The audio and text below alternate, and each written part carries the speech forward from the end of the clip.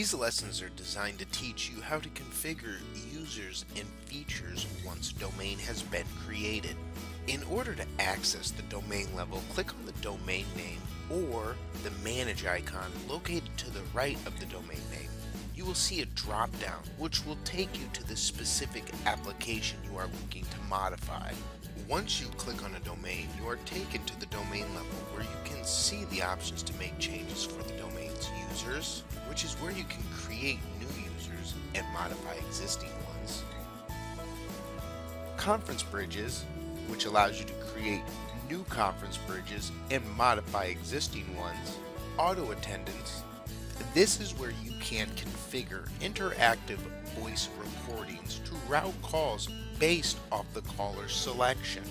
Call queues is where you can create call queues to ring multiple users when receiving a call or modify the options of an existing call queue. Timeframes. The timeframe center is where you can create timeframes and manage existing timeframes shared to all users on the domain.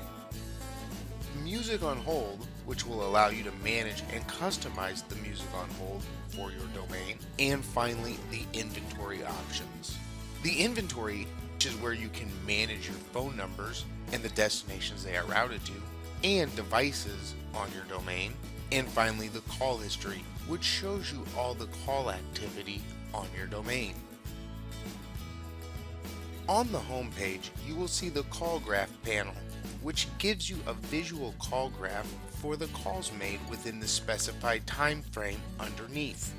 To change the date range, simply slide the ends. Underneath, you will see the current calls activity panel for your domain, which shows you the calls which are currently connected. To the right, you will see the users and applications panel, which displays how many users the domain has, how many devices are registered to the domain, how many devices total that can be registered to the domain, how many auto attendants the domain has, how many call queues the domain has, and conference bridges, and how many phone numbers.